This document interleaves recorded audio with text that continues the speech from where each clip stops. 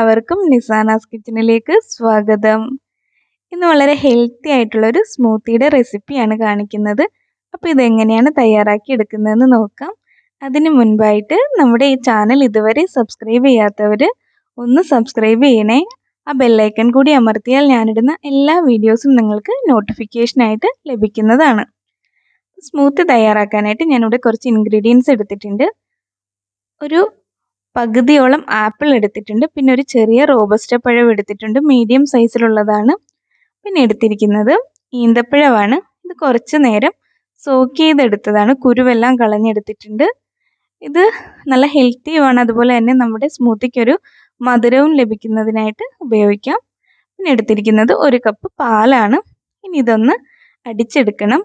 ആദ്യം നമുക്ക് പാലൊഴിക്കാതെ ബാക്കിയുള്ള ഇൻഗ്രീഡിയൻസ് എല്ലാം കൂടെ ഒന്ന് അടിച്ചെടുക്കാം. അപ്പോൾ ഇതെല്ലാം നല്ലതുപോലെ ഒന്ന് അരഞ്ഞ് കിട്ടാൻ വേണ്ടിയിട്ടാണ് അങ്ങനെ ചെയ്യുന്നത്. ആദ്യമേ തന്നെ പാലൊഴിച്ച് കഴിഞ്ഞാൽ ചിലപ്പോൾ ആപ്പിൾ നല്ലതുപോലെ ഒന്ന് അരഞ്ഞ് കിട്ടണമെന്നില്ല.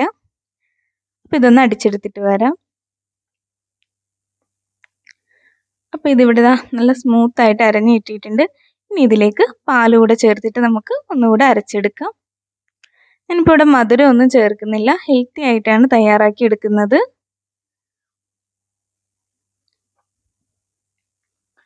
അപ്പോൾ ഇതാ ഇവിടെ നമ്മുടെ സ്മൂത്തി റെഡി ആയിട്ടുണ്ട്. ഇനി ഇത് നമുക്കൊരു സെർവിങ് ഗ്ലാസ്സിലോട്ട് ഒഴിക്കാം.